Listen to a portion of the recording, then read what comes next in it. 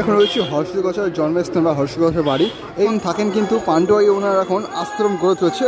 আর ওনার জন্মস্থান ঘিরে কিন্তু প্রতি বছর কিন্তু এখানে কিন্তু এরকম কিন্তু মেলার আয়োজন করে। ধীরে ধীরে কিন্তু প্রচুর লোক কিন্তু ভিড় জমায়।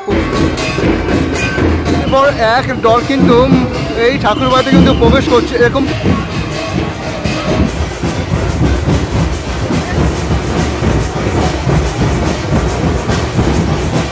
আমি রয়েছি বিবেদবেরিয়া রামকৃষ্ণ বলে। এখন রয়েছে হর্ষদী গোসাইয়ের জন্মস্থান বা হর্ষদী গোসাইয়ের বাড়ি। এবং থাকেন কিন্তু পাণ্ডুয়ায় ওনার এখন আশ্রম গড়ে তুলেছে। আর ওনার জন্মস্থান ঘিরে কিন্তু প্রতি বছর কিন্তু এখানে কিন্তু এরকম কিন্তু মেলার আয়োজন করে। ধীরে ধীরে কিন্তু প্রচুর লোক কিন্তু ভিড় জমায় প্রতিটা দিন। এখানটা এক দুদিনের জন্য কিন্তু মেলা। মন্দিরের পাশে রয়েছে কিন্তু গুরু বাবার সেই মূর্তি। সমস্ত বরণটা কিন্তু সাজানো হচ্ছে। দেখো ধীরে ধীরে আশ্রমের মধ্যে কিন্তু হরিচাঁদ গোচা ঠাকুর কিন্তু মূর্তি আছে, বেশ সুন্দর কিন্তু দেখতে। দেখো আর মন্দিরের চারিপাশ কিন্তু ধীরে কিন্তু লোকের কিন্তু এক পর্যায়ে সমাজম কিন্তু হতে চলেছে কিছুক্ষণ বাদে। এই জায়গাটা কিছুক্ষণ বাদে কিন্তু মানুষের এক পর্যায়ে সমাজম কিন্তু ধীরে ধীরে কিন্তু ভরে উঠবে। যখন এই আশ্রমে ছিল তখন কিন্তু এই জায়গাটা কিন্তু লাখ লাখ মানুষ কিন্তু ভিড় জমাতো। এই সেই মূল রাস্তায় ধীরে কিছুক্ষণ বাদে কিন্তু এই মূল রাস্তাতে কিন্তু একের পর এক দল কিন্তু এই আশ্রমে কিন্তু ঢুকবে। এই হলো মূল গেট, যেখান থেকে কিন্তু সমস্ত ভক্তরা কিন্তু অংশগ্রহণ করবে মূল এই মন্দিরে বা আশ্রমে। দেখো সমস্ত দলটাকে বরণ করে কিন্তু নিয়ে আসা হচ্ছে এই ঠাকুর বাড়িতে। দেখো সমস্ত বাড়ি মা বোনরা কিন্তু বরণ নিয়ে টাকা রেডি আছে, ঠাকুর বাড়িতে কিন্তু নিয়ে আসা হচ্ছে। একের পর এক কিন্তু হর্ষদী গোসাইয়ের জন্মস্থান বা ঠাকুর বাড়িতে কিন্তু একের পর এক কিন্তু দল কিন্তু এসেই চলেছে।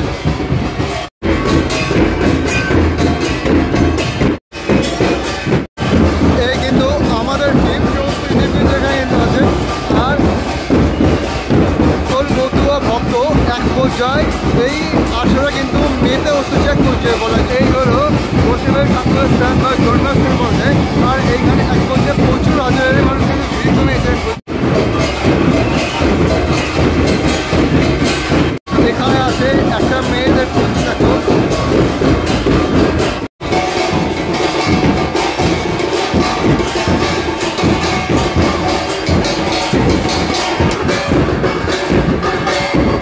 এক দলকে কিন্তু বরণ করে নেওয়া হচ্ছে। পিছনে পর এক দল কিন্তু এই ঠাকুর বাড়িতে কিন্তু প্রবেশ করছে। এরকম কিন্তু একের পর এক দল কিন্তু এরকম ঠাকুর বাড়িতে প্রবেশ করবে। আর দেখো সামনে রয়েছে কিন্তু বরণ করছে, সবাইকে কিন্তু বরণ করে নেওয়া হচ্ছে এই মূল পুজো মণ্ডপের কাছে।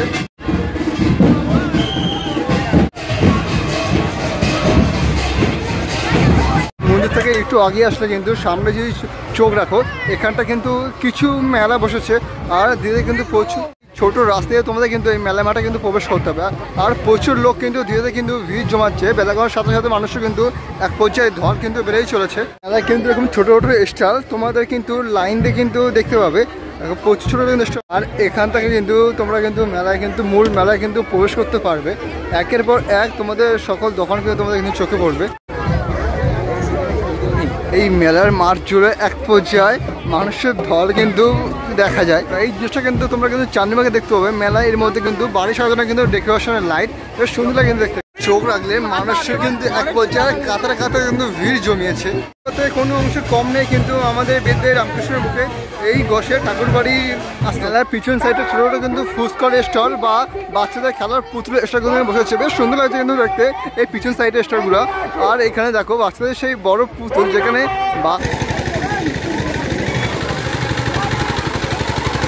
এইগুলো সিনেম্যাটিক শট নিতে কারেন্টের নাকার উপর থেকে কিন্তু মেলার ভিউটা কিন্তু শেষ সুন্দর লাগছে। দেখো আর আমি কিন্তু ফার্স্ট টাইম কিন্তু নাকা ধরে উঠলাম। ভাই কিন্তু হয়েছে বুঝে বড় একটা ভক্ত। ভাই তুই বড় ভক্ত, জয় হরি বল একটু বলে দে ভাই। তুই প্রতি বছর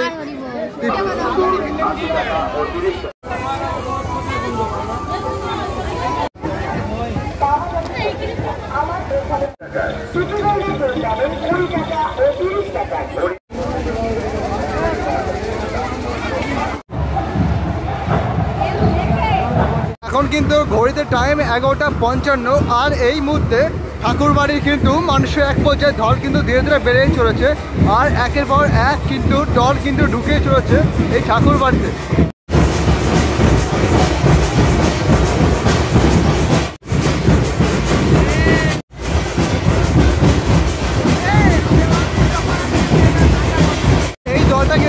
ওটা কিন্তু মেয়েদের টিম, দেখো প্রচুর বড় কিন্তু দল।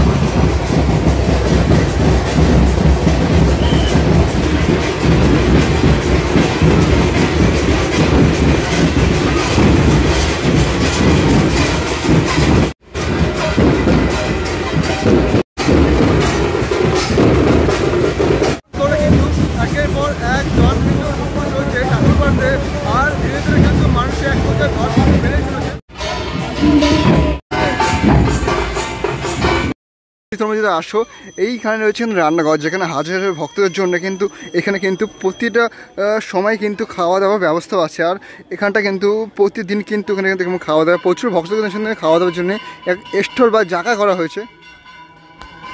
একবারে কিন্তু হাজার হাজার মানুষ কিন্তু একবারে খেতে পারবে, সেই যে সেরকম রান্না কিন্তু আয়োজন করা হয়েছে এখানটা। হচ্ছে একদিকে হচ্ছে আর একদিকে কিন্তু ভক্তদের দিচ্ছে, আর প্রচুর লোক কিন্তু এই ঠাকুর বাড়িতে কিন্তু ভিড় জমায়। বেদবাড়িয়া রামকৃষ্ণপল্লীর বুকে কিন্তু এই প্রতি বছর কিন্তু এই মেলাতে আমাদেরও বন্ধু আছে, এরা কিন্তু বড় বড় বন্ধু ভাবতো কিন্তু কোনো অংশ কম নেই। ঠাকুরনগর 15 দিন বাদে কিন্তু এই মেলাটা কিন্তু আমাদের বেদবাড়ির কিন্তু আয়োজন করে। তোমরা কারা কারা বেদবাড়ি ঠাকুর বাড়িতে এসছো অবশ্যই কমেন্ট করতে কিন্তু ভুলবে না। কারা আসতো কিন্তু বেদবাড়ি রামকৃষ্ণের বুকে এই হর্ষদ ঘোষের জন্মস্থান বা হর্ষদ ঘোষের আশ্রমে, অবশ্যই কিন্তু কমেন্টে বলতে কিন্তু ভুলবে না। ভিডিও ভালো অবশ্যই লাইক কমেন্ট শেয়ার করতে খুব তাড়াতাড়ি নতুন ভিডিও তোমার সাথে। টাটা।